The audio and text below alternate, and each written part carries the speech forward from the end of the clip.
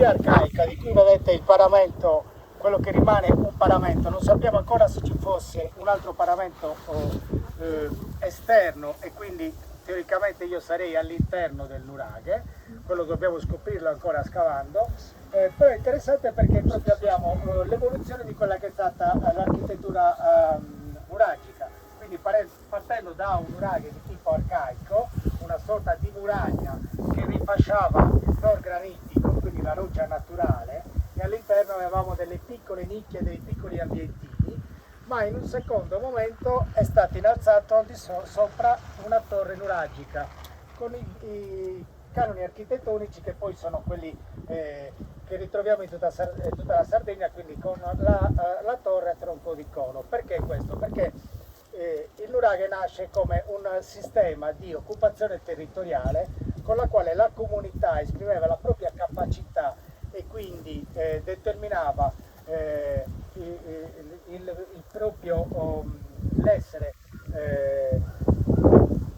gli occupatori di quel determinato territorio ed essere riconosciuti da tutti coloro, quindi da tutte le altre comunità nuragiche che stavano intorno. Quindi esprimeva proprio la sua capacità nella costruzione del nuraghe. Una sorta di rito di iniziazione della comunità che con la costruzione del nuraghe determinava proprio la nascita del nuraghe e il rispetto di tutte le altre comunità. È interessante che in questo sito abbiamo questa evoluzione non solamente nella torre nuragica, ma questo si rispecchia anche nelle strutture abitative, col passaggio dalla col passaggio dalle strutture di una con planimetria rettangolare, che sono le più arcaiche, a quella circolare. E per questa dicotomia la ritroviamo proprio anche nel nuraghe.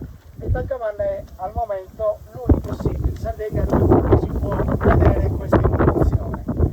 Un'evoluzione che è avvenuta nell'arco di circa 300-400 anni, che è la durata della vita del villaggio, che poi è stato abbandonato, non più rifrequentato se non per scopi cultuali, ma attinenti solamente il nuraghe, perché quando si smettono di costruire i nuraghe, cambia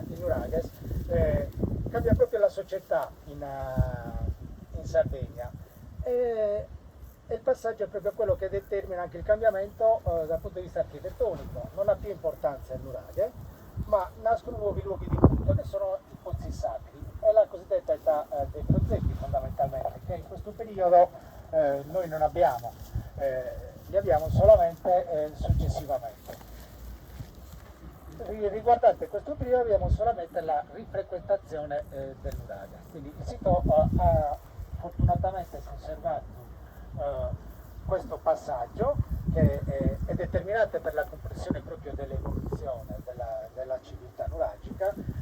Al momento abbiamo individuato 10 ambienti, 10 unità abitative più o meno, che vista l'estensione della dispersione dei materiali e qualche allineamento muriano che emerge, pensiamo che più o meno siamo a metà del villaggio all'incirca. Considerate che in questo periodo i villaggi erano costituiti da un massimo, ma proprio un massimo di un centinaio di persone. Quindi parliamo di piccole comunità che occupavano dei territori ben delimitati e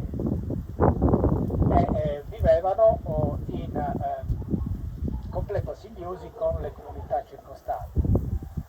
Nel periodo successivo, quando nascono invece i grandi monumenti, i grandi nuraghe, queste comunità che erano suddivise nel territorio si riuniscono intorno a una struttura più grande, che è appunto il nuraghe complesso, quelli più famosi, nuraghe Nosa, Santa Rita. Qualche domanda al volo? Sì, io esattamente, forse me la sono presa perché stavo rispondendo.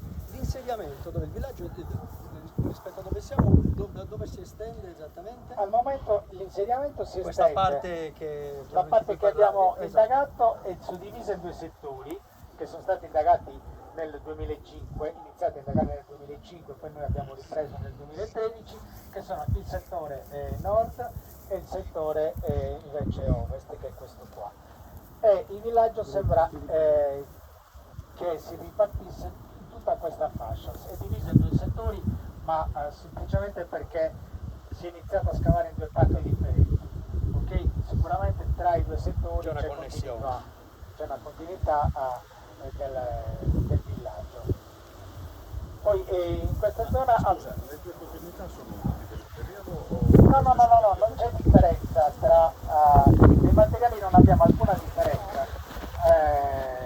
Il villaggio ha quella vita tutta la sua estensione, diciamo. Ovviamente la stratigrafia ci riporta a una fase iniziale che è proprio la più antica, che si chiama Saturicola, che è caratterizzata da un tipo di ceramica particolare, che prima veniva esclusa dal periodo nuragico, adesso sempre di più sembra proprio la fase iniziale di questo periodo, siamo intorno al 1890 a.C. Qualche altra domanda? Sempre io. Allora, siccome è qua chiedo dove è René? Eccolo là. Bene. Lo adoro. Sembra un po' di... Allora, siccome immagino che non ci fosse la se ho capito bene, è lì dove c'è il Cavosai, no? Una dove c'è il Cavosai, poi abbiamo un mulino e un insediamento probabilmente a Sant'Uno. Quindi E forse un altro dietro queste case che attendi. Ah, è vero, che però è un po' più distante, o no? No, Lontano, è alla vicino, fine. veramente più È più vicino. vicino.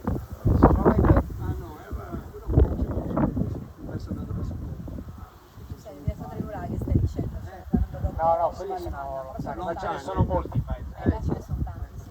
Allora, però banalmente erano tutti così, cioè da ognuno si poteva vedere. Allora, il Nuraghe nasce per essere visto, non per vedere.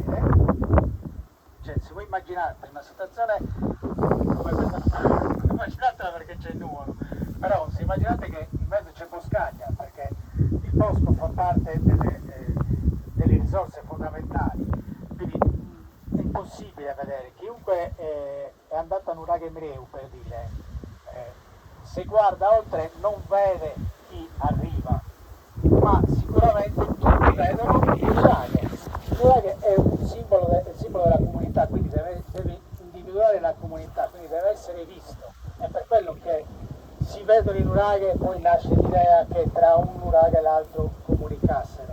Invece no, semplicemente si dovevano vedere. Poi è ovvio che una cosa fatta per essere vista, se due cose sono fatte per essere viste, poi alla fine si vedono. Benissimo. Il discorso più o meno è questo. Non è un simbolo di guerra fondamentalmente il Nuraghe, non nasce per difendersi, ma nasce proprio il contrario, è la sintesi di un sistema escogitato da delle popolazioni che vivevano in un'isola, avevano pochi problemi di invasioni esterne, quindi dovevano trovare un sistema per poter vivere tra di loro, trovando un sistema senza dover continuamente discutere sulle varie territorialità. E questo è proprio il Nuraghe. Io costruisco il Nuraghe, dimostro di avere quella capacità e quindi sono rispettato dagli altri. La mancanza di rispetto della mia comunità è una mancanza di rispetto al sistema del Nuraghe, quindi anche alle altre comunità. Poi non era tutto rose e fiori, sicuramente ci si sfornava, però sicuramente il codice architettonico corrisponde anche a un codice territoriale, di ripartizione territoriale.